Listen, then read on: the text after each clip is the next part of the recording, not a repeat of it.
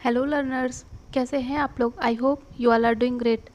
हम लोग TGT PGT exam के लिए हिस्ट्री के क्वेश्चन की प्रैक्टिस कर रहे हैं, जिसका ये सेकंड पार्ट है, जिसमें हम लोग एंशिएंट हिस्ट्री के बारे में डिस्कस कर रहे हैं, जिसमें आज हम लोग पूरा पाषाण काल के क्वेश्चन को डिस्कस करेंगे।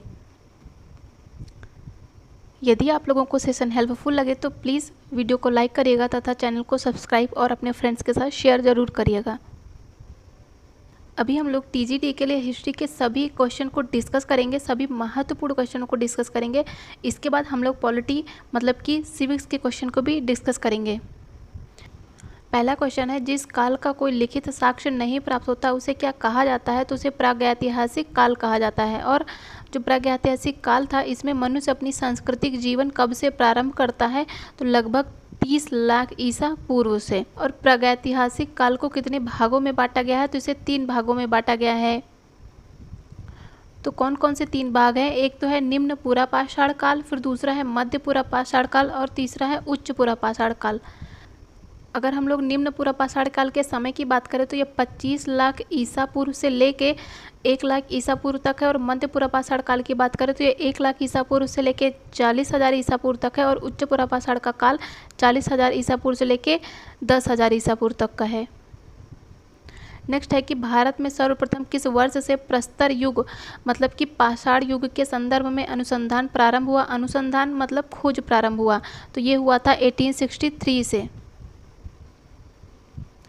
भारत में किस भूवैज्ञानिक एवं पुरातत्वविद ने प्रस्तर युग बस्तियों का अन्वेषण प्रारंभ किया था? तो ये किया गया था रॉबर्ट ब्रूस फुट के द्वारा। और डेनमार्क के कोपेनहेगन संग्रहालय की सामग्री से पाषाण, कांस्य और लौह युग का त्रियुगीन विभाजन किया गया था। किसने किया था? तो ये किया था थॉमसन ने। भूवैज्ञानिक और पुरातत्वविद रॉबर्ट ब्रूस फुट ने किस स्थान से पहला हैंड एक्स प्राप्त किया था? तो ये क्या था? पल्लवरम, जो कि मद्रास में है। अतिरमपक्कम नामक स्थान से पूर्व पाषाण काल के उपकरणों की खोज किसके द्वारा की गई थी? तो ये की गई थी विलियम किंग के द्वारा। अब हम लोग मानव के विकास का क्रम बात करेंगे तो सबसे पहला जो मानव था वो रामापिथेकस मानव था, उसके बाद ऑस्ट्रेलोपिथेकस था, एंड थर्ड पे आता है होमो इरेक्टस मानव था, एंड फिर आता है निएंडरथल मानव, तथा लास्ट में आता है होमो सेपियंस। ये क्रम आप लोग अच्छे से याद रखिएगा, एग्जाम में आता है सीक्वेंस में लगाने को, तो याद रखिएगा। ये मानव विकास के क्रम में मानव का आदि पूर्वज बना और पूर्व अत्यंत नूतन काल में प्रकट हुआ था, तो ये था ऑस्ट्रेलोपिथेकस मानव। किस आदिमानव ने सबसे पहले शव विसर्जन तथा अग्नि का व्यापक रूप से उपयोग किया था? तो यह किया गया था निएंडरथल मानव के द्वारा। निएंडरथल मतलब कि होमो सेपियंस के पहले का मानव। याद रखिएगा, शव विसर्जन और अग्नि के प्रयोग से रिलेटेड कौन सा मानव है? ये है निएंडरथल मानव। आधुनिक मानव जो है, इसका विकास लगभग 30,000 वर्ष पहले हुआ था। इसे कौन सा मानव कहते हैं? जो आधुनिक मानव है, जो हम लोग हैं, इनका विकास लगभग 30,000 वर्ष पहले से हुआ था। इन्हें ये क्या कहलाते हैं? तो ये होमो सेपियंस कहलाते हैं। यदि हम लोग होमो सेपियंस की बात करें तो इसके अन्य भी नाम है, जैसे कि प्रज्ञ मानव, क्रो-मैग्नन मानव था, चांसलेट ग्रीमाल्डी मानव। तो याद रखिएगा, प्रज्ञ, क्रो-मैग्नन, चांसलेट ग्रीमाल्डी ये सभी होमो सेपियंस के नाम ही हैं। पूरा पाषाण युग से जो प्राप्त उपकरण किस प्रकार के थे? ये थे क्रोड उपकरण, हस्त कुठार मतलब कि हैंड एक्स, और विदारणी जो कि क्लीवर या फिर खंडक, और गड़ासा, गड़ासा जो कि एक लोहे का औजार होता है। पूरा पाषाण के उपकरण, पूरा पाषाण युग के उपकरण किन किन क्षेत्रों से प्राप्त हुए हैं? तो ये प्राप्त हुए हैं बेलन घाटी जो कि मिर्ज़ापुर यूपी में है, सोहन घाटी नर्मदा मध्य प्रदेश में, और भीमबेटका की चित्रित शैलाश्रयों से प्राप्त हुए। ये सभी कहाँ है? ये है मध्य प्रदेश में, तथा मिर्ज़ापुर ये उत्तर प्रदेश में है, बेलन घाटी। जो मध्य पुरापाषाण काल को अन्य एक नाम से जाना जाता है, इसे फलक संस्कृति भी कहा जाता है। तो मध्य पुरापाषाण काल को फलक संस्कृति भी कहा जाता है। नेक्स्ट है, जो मध्य पुरापाषाण युग के प्रमुख उपकरण थे, कौन कौन से थे? ये था वेदनी, छेदनी तथा खुरचनी। ये सभी मध्य पुरापाषाण काल के उपकरण थे। और मध्य पुरापाषाण काल के उपकरण बने थे तो ये शल्कों के बने विविध प्रकार के फलक से थे, इसीलिए इसे फलक संस्कृति भी कहा जाता है, मध्य पुरापाषाण काल को। और उच्च पुरापाषाण युग के प्रमुख उपकरण कौन कौन से हैं? तक्षुड़ी, खुरचनी जो कि ब्लेड्स या ब्यूरिन्स हैं। खुरचनी हमें मध्य पुरापाषाण काल में भी प्राप्त हुई, अभी हम लोगों ने पढ़ा। चापर, चॉपिंग, पेपुल संस्कृति। चापर, चॉपिंग, पेबुल संस्कृति ये उपकरण कहाँ से प्राप्त हुए हैं? तो ये सोहन घाटी के क्षेत्र से प्राप्त हुए हैं। और सोहन घाटी से हमें पुरापाषाण काल के उपकरण प्राप्त हुए हैं, तो ये भी याद रखिएगा। भारत में जो पुरापाषाणिक उपकरण है ये सबसे पहले प्राप्त कहाँ से हुए थे? तो ये हुए थे पल्लवरम जो कि मध्य प्रदेश, तो ये हुए थे पल्लवरम जो कि मद्रास तमिलनाडु में है। परिष्कृत औजारों का युग किस युग को माना जाता है? तो उच्च पुरापाषाण युग जो है इसे परिष्कृत औजारों के युग के नाम से भी जाना जाता है। उच्च पुरापाषाण काल युगीन हड्डी की बनी मातृ देवी की मूर्ति ये प्राप्त होती है कहाँ से? तो ये बेलन घाटी, इलाहाबाद, उत्तर प्रदेश से प्राप्त होती है। सिंघावल और संघोवा ये पुरा स्थल हैं कहाँ कहाँ के? तो ये निम्न पूर्व पाषाणिक पुरा स्थल है सिंघावल और संघोवा। जो निम्न पुरापाषाणकालीन स्थल है कौन सा? हथनौरा जो कि नर्मदा घाटी में। इसकी खोज 5 दिसंबर 1982 को की गई थी। किसके द्वारा की गई? तो इसकी खोज की गई थी डॉक्टर अरुण सोनकिया के द्वारा। अब हम लोग बात करेंगे मध्य पाषाण काल की। जो मध्य पाषाणिक संस्कृति है ये कब से कब तक मानी जाती है? तो 9000 ईसा पूर्व से लेकर 4000 ईसा पूर्व तक। और पुरापाषाण काल और नवपाषाण काल युग के बीच के संक्रमण काल को क्या कहा जाता है? तो इसे ही मध्य पाषाण काल कहा जाता है।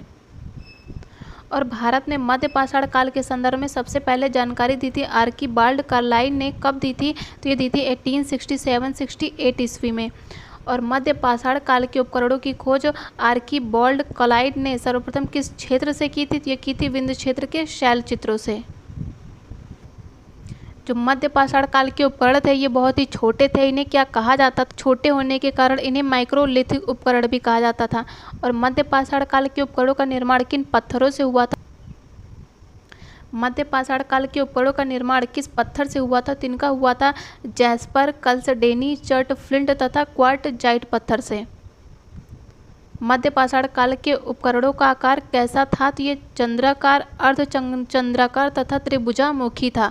मतलब कि चंद्राकार था, अर्धचंद्राकार था तथा त्रिभुजामुखी था। और मध्य पाषाण काल में पशुपालन के प्राचीनतम साक्ष्य प्राप्त हुए हैं। तो कहाँ से प्राप्त हुए हैं? ये आदमगढ़, होशंगाबाद जो कि मध्य प्रदेश में है वहाँ से प्राप्त हुए हैं। और बागौर से प्राप्त हुए हैं जो कि भीलवाड़ा राजस्थान में है। और मध्य पाषाण काल में मानव के अस्थिपंजर का सबसे पहला अवशेष कहाँ से प्राप्त हुआ है? तो ये सराय नहर, महदाह से प्राप्त हुआ है जो कि प्रतापगढ़, उत्तर प्रदेश में है। और मध्य पाषाणिक संदर्भ में वन्य धान का प्रमाण प्राप्त हुआ है कहाँ से? तो चौपानी, मांडो, इलाहाबाद, यूपी से प्राप्त हुए हैं। और भारत के किस शिलाखोह से सर्वाधिक चित्र प्राप्त हुए हैं? तो ये भीमबेटका, मध्य प्रदेश से प्राप्त हुए सबसे ज़्यादा चित्र। किस मध्य पाषाणिक स्थल से हड्डी के बने उपकरण प्राप्त हुए हैं? तो ये महदाह, प्रतापगढ़, यूपी से प्राप्त हुए हैं। और किस मध्य पाषाणिक स्थल से एक ही कब्र से 3 मानव कंकाल प्राप्त हुए हैं? तो ये प्राप्त हुए हैं दमदमा से। तथा भारत में मानव का सर्वप्रथम साक्ष्य कहाँ से प्राप्त होता है? तो ये होता है नर्मदा घाटी से जो कि बोरी, महाराष्ट्र में है। किस प्रागैतिहासिक भारतीय स्थल से होमो इरेक्टस मानव की खोपड़ी पाई गई है? तो ये मिली है हथनौरा, नर्मदा घाटी से। भारतीय प्रागैतिहासिक का टेक्स्ट बुक किस क्षेत्र को कहा जाता है? तो ये बेलन नदी घाटी को कहा जाता है जो कि इलाहाबाद, उत्तर प्रदेश में है। भारत में ज्ञात विशालतम मध्य पाषाण वास वाला स्थल कौन सा है? तो ये है बागौर जो कि भीलवाड़ा, राजस्थान में है। किस स्थल पर मानव जीवाश्म पुरापाषाण कालीन औजारों के साथ स्वस्थाने मानव पाए गए हैं? तो ये पाए गए हैं हथनौरा जो कि नर्मदा घाटी, महाराष्ट्र में है।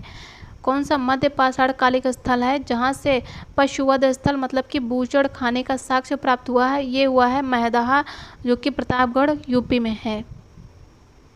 और सराय नहर तथा महदाह ये किस चीज़ के लिए संबंधित है? ये गंगा घाटी की मध्य पाषाण कालिक संस्कृति है।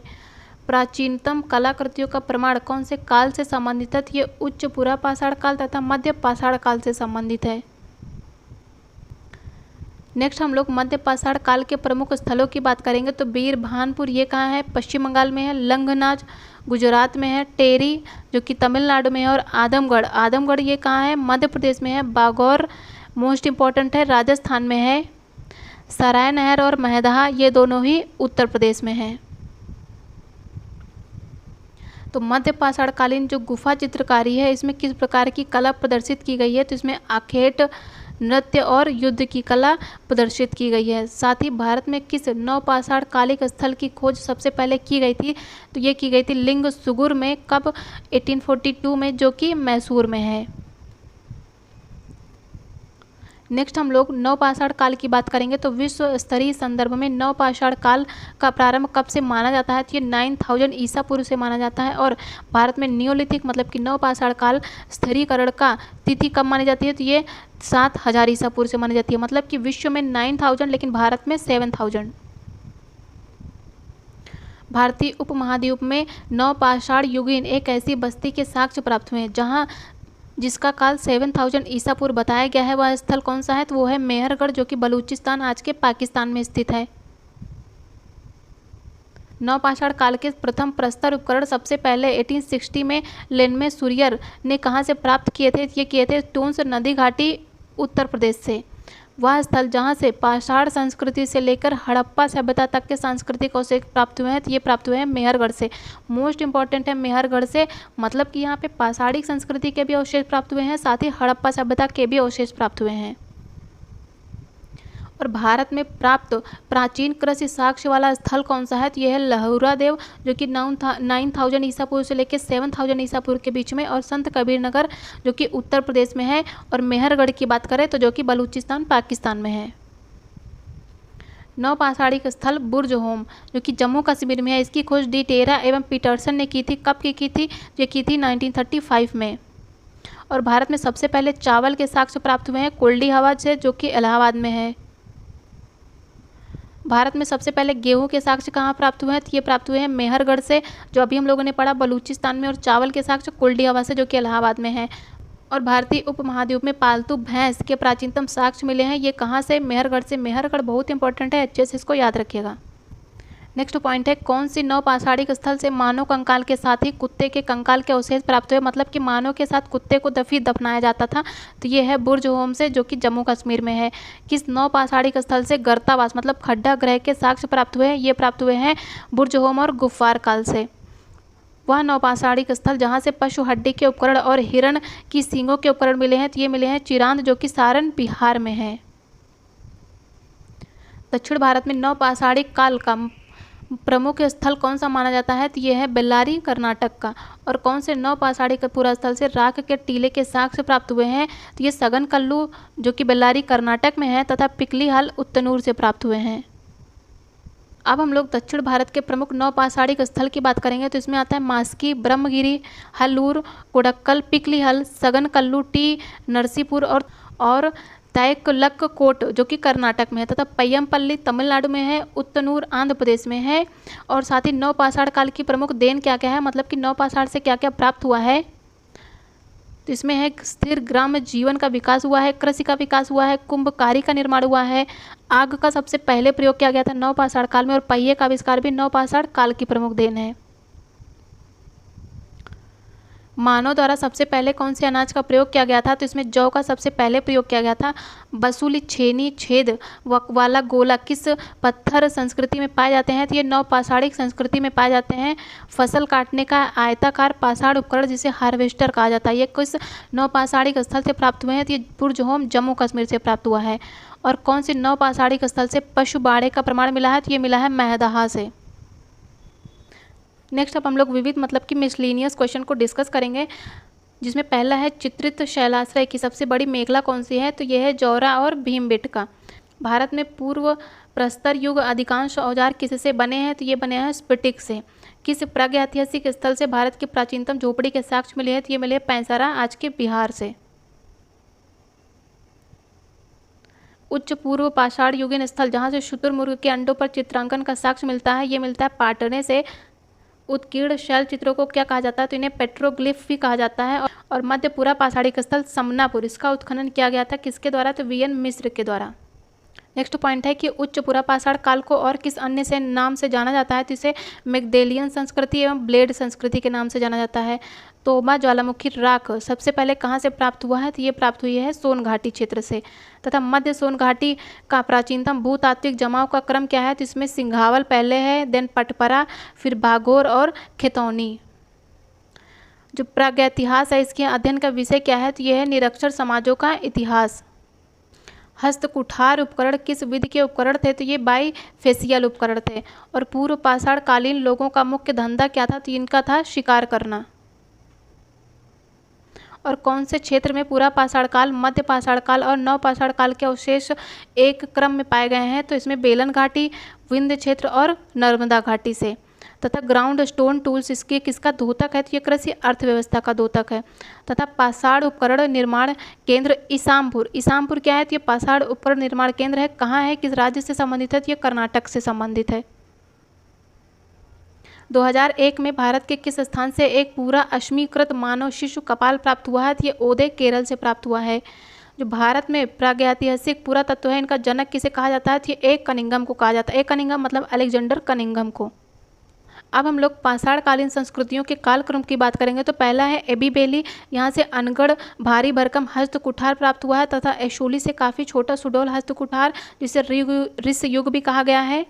मुस्तारी जो कि मध्य पूरा पाषाण कालीन है, ये कि पश्चिमी यूरोप में है। और मगदालिनी ये उच्च पूर्व पाषाण काल की संस्कृति है।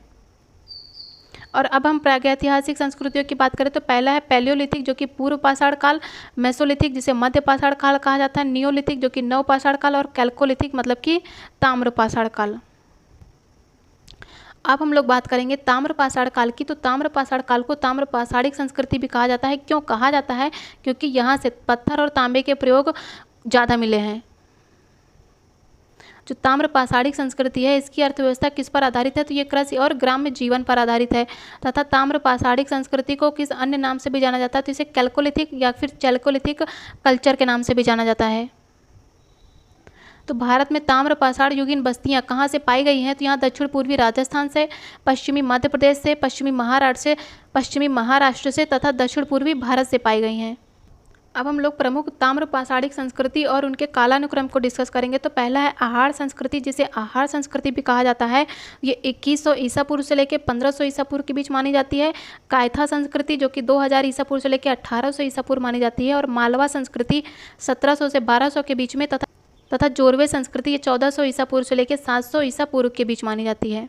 राजस्थान के कौन से प्रागैतिहासिक स्थल है जो कि ताम्र पाषाणिक संस्कृति से संबंधित है, इसमें आता है आहाड़, बालाथल, बागोर, उजियाना तथा गिलुंद। आहाड़ और ताम्र पाषाणिक संस्कृति का प्राचीन नाम क्या है, तो यह है ताम्बवती। ताम्र पाषाणिक स्थल नवदा टोली, इसकी तिथि क्या है, तो ये 1600 ईसा पूर्व से लेकर 1300 ईसा पूर्व। नवदा टोली जो कि मध्य प्रदेश में है। नवदा टोली का उत्खनन किसके द्वारा किया गया था, तो ये किया गया था HD संकलिया के द्वारा। और जो ताम्र पाषाणी काल है इसमें महाराष्ट्र के लोग मृतकों को घर के फर्श के नीचे किस तरह रख कर दफनाते थे, तो ये उत्तर से दक्षिण की ओर मतलब कि नॉर्थ टू साउथ। नेक्स्ट है जोरवे संस्कृति के बारे में है। तो जोरवे संस्कृति के अंतर्गत कौन से ताम्र पाषाणिक स्थल हैं, तो इसमें आता है नेवासा, दैमाबाद, कोठे, इनाम गांव और चंदोली।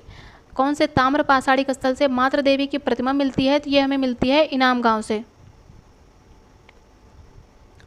कौन सा ताम्र पाषाणिक स्थल सबसे बड़ा है, तो इसमें हो जाएगा दैमाबाद सबसे बड़ा है। ताम्र पाषाणिक स्थल है कहाँ पर है, तो ये है महाराष्ट्र में।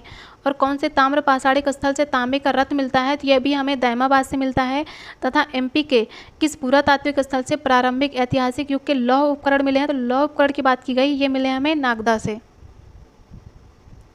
ताम्र पाषाण काल में वृत्ताकार गर्त ग्रहों की प्राप्ति किस स्थल से होती है, तो ये होती है आहाड़ जो कि राजस्थान में है। कौन से ताम्र पाषाणिक स्थल से सबसे ज़्यादा संख्या में ताम्र संचय मिला है, तो ये मिला है गुनगेरिया से जो कि मध्य प्रदेश में है। ताम्र निधियाँ ये आर्यों की कर्तव्य है, ये किसका कथन है, तो ये कहा गया है H गोल्डन के द्वारा। जोरवे ताम्र पाषाणिक स्थलों में सबसे अच्छा आदिवास विन्यास का प्रमाण कहाँ से मिला है, तो ये मिला है इनाम गांव से। और कायथा संस्कृति के अवशेष किस राज्य में मिलते हैं, तो ये मिलते हैं हमें मध्य प्रदेश में। ताम्र पाषाणिक कायथा संस्कृति, इसकी खोज किस पुरातात्विक विद ने की थी, तो ये की गई थी VS वाकड़कर के द्वारा। कायथा संस्कृति कहाँ देखने को मिलती है, मध्य प्रदेश में। ताम्र पाषाणिक स्थल दैमाबाद, इसकी निधि है तो कुत्ता और 2 बैलों के रथ पर सवार खड़ा रथी। ताम्र पाषाणिक पूरा स्थल इनाम गांव का उत्खनन किसके द्वारा किया गया था? तो ये MS धवलीकर तथा HD संकलिया के द्वारा। मालवा ताम्र पाषाणिक संस्कृति के प्रमुख स्थल कौन कौन से हैं? तो इसमें है महेश्वर, कायथा, एरन संस्कृति, मनोती, नवदा टोली, नारदी, नागदा, चिचली तथा डगवाड़ा। कौन से ताम्र पाषाणिक स्थल से सिंचाई हेतु पत्थर निर्मित बांध के साक्ष्य मिलते हैं? तो ये मिलते हैं हमें इनाम गांव से। तथा गंगा घाटी की नरहन संस्कृति ये किससे संबंधित है? ये संबंधित है ताम्र पाषाण संस्कृति से। नेक्स्ट हम लोग मिसलिनियस क्वेश्चन को डिस्कस करेंगे। तो डोलमेंस शब्द से क्या तात्पर्य है? तो डोलमेंस मतलब होता है कि गड़े हुए मुर्दों पर जो निर्मित समाधियां होती हैं उन्हें ही डोलमेंस कहा जाता है। आदि मानव द्वारा सीखा गया पहला विषय क्या था? तो वो था पशुओं का पालना। और होमोसेपियन से जाति रूप भिन्न आरंभिक मानव नुमा जीवी, इनको क्या कहते थे? तो इन्हें होमोनिड कहा जाता था। और पुरातात्विक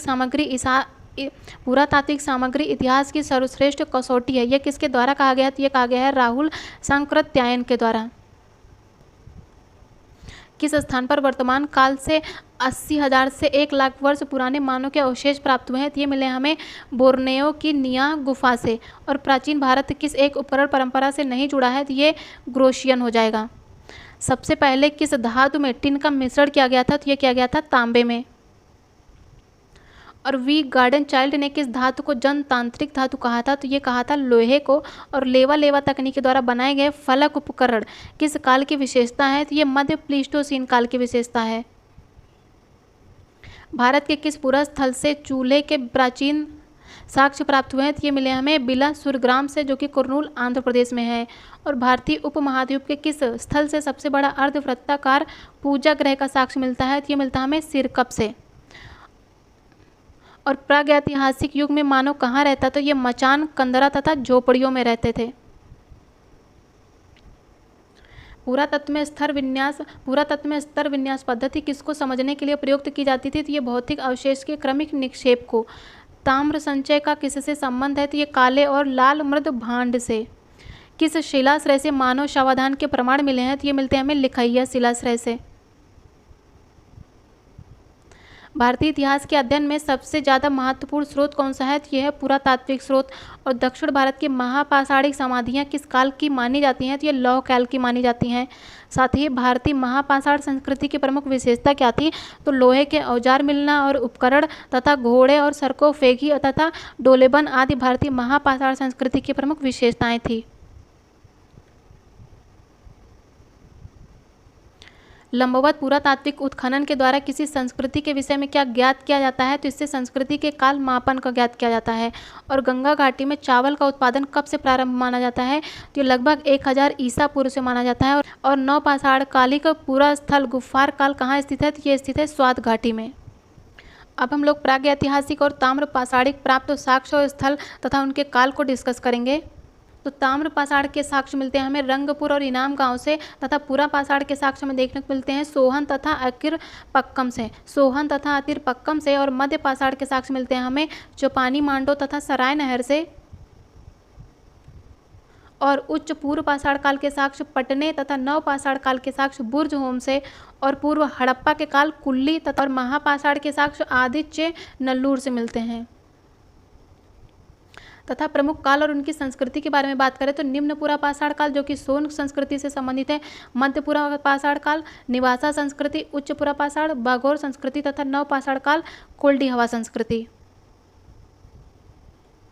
प्रमुख काल और उनके साक्ष्य की बात करें तो पुरा पाषाण से चिप्पड़ पाषाण उपकरण मिले हैं, मध्य पाषाण से लघु पाषाण उपकरण मिलते हैं तथा उच्च पुरा पाषाण से शैल चित्र देखने को मिलती है तथा नव पाषाण से हमें घिसे पाषाण उपकरण मिलते हैं। और पूरा पाषाण काल से नदी तट अधिवास मिलता है तथा मध्य पाषाण काल से शैलाश्रय अधिवास मिलते हैं। उच्च पाषाण से भी शैल चित्र मिलती हैं लेकिन मध्य पाषाण से शैलाश्रय अधिवास मिलता है। और नव पाषाण काल से गर्तावास मिलते हैं तथा ताम्र पाषाण काल से कच्चे और पक्के मकान मिलते हैं। तो कच्चे और पक्के मकान बनना शुरू हुए थे ताम्र पाषाण काल में। अब हम लोग प्रमुख काल और उनके मृदभांड की बात करेंगे तो हड़प्पा युग से चित्रित धूसर मृदभांड मिलता है तथा पूर्वकालीन ऐतिहासिक से काले और लाल मृदभांड मिलते हैं। और मौर्य युगीन से उत्तरी काली पॉलिश वाले मृदभांड मिलते हैं। मतलब मौर्य युग से क्या पॉलिश वाले मृदभांड मिलते हैं। चित्रित धूसर मृदभांड बहुत इंपॉर्टेंट है, जो कि हमें हड़प्पा युग से मिलता है। तथा गुप्त युग की बात करें तो यहाँ से भी पॉलिश मिलता है, लेकिन लाल पॉलिश वाले मृदभांड। और सैपाई से गैरिक मृदभांड मिलती है, तथा महुर झारी से महाश्म समाधि, बीरभानपुर से लघु पाषाण उपकरण, तथा उज्जैन से गैरिक मृदभांड परंपरा, और कायथा जो कि ताम्रनिधि से प्राप्त होता है।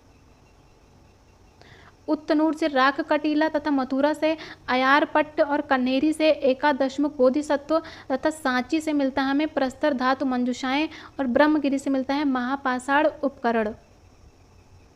और कुपगल से भी राख वाले टीले मिलते हैं, तथा आदित्य नल्लूर से मिलता है कलश वाले समाधान, और बुर्जहोम से मिलता है गर्तावास। अब हम लोग प्रमुख स्थल और उनके राज्य को डिस्कस करेंगे। तो बीरभानपुर पश्चिम बंगाल में है, लोटेश्वर गुजरात में है, पैसरा बिहार में है, तथा सरायनहर प्रतापगढ़ उत्तर प्रदेश में है। प्रमुख स्थल तथा उत्खननकर्ता की बात करेंगे तो सोहागी घाट इसके उत्खननकर्ता हैं ACL कलाइकल, तथा भीमबेटका के BS वाकड़कर। अब हम लोग प्रमुख मृदभांड संस्कृतियों की बात करेंगे। तो सबसे पहले किस पुरातत्ववेत्ता ने मृदभांड के महत्व का आकलन किया था, तो यह किया गया था फ्लिंडर्स पेट्री के द्वारा। और यदि हम लोग मृदभांड की बात करें तो इनका महत्व क्यों है, तो ये इतिहास और संस्कृति के अन्य स्रोतों के समान ही मृदभांड भी एक उपयोगी स्रोत माना जाता है। जो मृदभांड है इनका अध्ययन और परिरक्षण करके हम काल विशेष के, स्थल विशेष की, संस्कृति के विविध पक्षों को उद्घाटित कर सकते हैं। अब हम लोग प्रमुख मृदभांड की बात करेंगे। तो पहले बात करेंगे गैरिक मृदभांड की, मतलब कि ऑकर कलर्ड पोट्री। तो गैरिक मृदभांडों की खोज सबसे पहले किसके द्वारा की गई थी, यह की थी BB लाल ने 1949 में। और गैरिक अथवा गेरवे रंग को मृदभांड अधिकांशतः कहाँ मिले हैं, तो ये मिलते हैं हमें गंगा घाटी क्षेत्र में। तथा पुरातत्व में जो गेरवे रंग के मृदभांड है इन्हें और किस नाम से जाना जाता है, तो इन्हें गैरिक मृदभांड के नाम से जाना जाता है, मतलब कि ऑकर कलर्ड पोट्री। गैरिक मृदभांड से जुड़े प्रमुख स्थलों की बात करें तो हस्तिनापुर मेरठ से मिलता है, बड़गांव तथा बहादुराबाद जो कि हरिद्वार है, और अम्बाखेड़ी से मिलता है जो कि सहारनपुर में है, अतरंजी खेड़ा एटा से मिलता है, तथा सैफई जो कि इटावा में है, अहिचन्न से मिलता है जो कि बरेली में है, श्रृंगवेरपुर इलाहाबाद से मिलता है, और कलपाटन जालंधर से, तथा नोह भरतपुर से हमें गैरिक मृदभांड के प्रमुख स्थल देखने को मिलते हैं। और गैरिक मृदभांडों का विस्तार उत्तर प्रदेश, हरियाणा, उत्तरी राजस्थान, पंजाब आदि क्षेत्र में है। और गैरिक मृदभांड पात्र के निर्माण की अवधि की बात करें तो 1300 लेके 1200 ईसा पूर्व के बीच में है। और गैरिक मृदभांड ये किस सभ्यता का प्रतिनिधित्व करते हैं, तो ये पूर्व वैदिक सभ्यता का प्रतिनिधित्व करते हैं। अब हम लोग बात करेंगे चित्रित धूसर मृदभांड की, जो कि पेंटेड ग्रेवेयर। और चित्रित धूसर मृदभांड की प्राप्ति सबसे पहले कहाँ से हुई थी, ये होती है अहिचन्न से। 1940 से लेकर 44 में अहिचन्न टीले की खुदाई से। अब यदि हम लोग चित्रित धूसर मृदभांड के महत्व की बात करें तो हड़प्पा सभ्यता का जब पतन हुआ था तब से लेकर बुद्ध काल की शुरुआत तक की जो अवधि है, उसकी जो संस्कृति है, उसके भौतिक परिवेश की जानकारी हमें मिलती है चित्रित धूसर मृदभांड से। और जो चित्रित धूसर मृदभांड है इसने ईसा पूर्व 1500 से लेकर 600 के बीच के सांस्कृतिक शून्यता को पाटने का मतलब कि कार्य किया है। और हड़प्पा सभ्यता के पतन के बाद कौन सी मृदभांड संस्कृति का प्रादुर्भाव हुआ, तो ये हुआ है चित्रित धूसर मृदभांड का। चित्रित धूसर मृदभांड की प्राप्ति कहाँ से हुई थी, ये हुई है पंजाब, हरियाणा, राजस्थान तथा गंगा के ऊपरी भाग से। अब यदि हम लोग चित्रित धूसर मृदभांड के प्राप्त स्थल की बात करें तो इसमें आता है रोपड़, ददेरी, संघोल, भगवानपुर, दौलतपुर, इंद्रप्रस्थ, नौ, जोधपुरा, गिलुंद, उज्जैन, कायथा, आलमगीरपुर, हस्तिनापुर, अहिचन्न, सोख, मथुरा, हुलास, वैशाली आदि से चित्रित धूसर मृदभांड प्राप्त हुए हैं। अब हम लोग कृष्ण लोहित मृदभांड की बात करेंगे, मतलब कि ब्लैक एंड रेड वेयर की। तो जो कृष्ण लोहित मृदभांड है इसका भीतरी तथा बाहर की बारी मतलब कि रिम के चारों ओर का भाग क्या काला तथा बाकी भाग क्या ईंट के रंग का लाल होता है। और आकार, प्रकार एवं अलंकरण चित्रण की दृष्टि से ये जो भांड हैं ये अन्य भांडों से भिन्नता रखते हैं।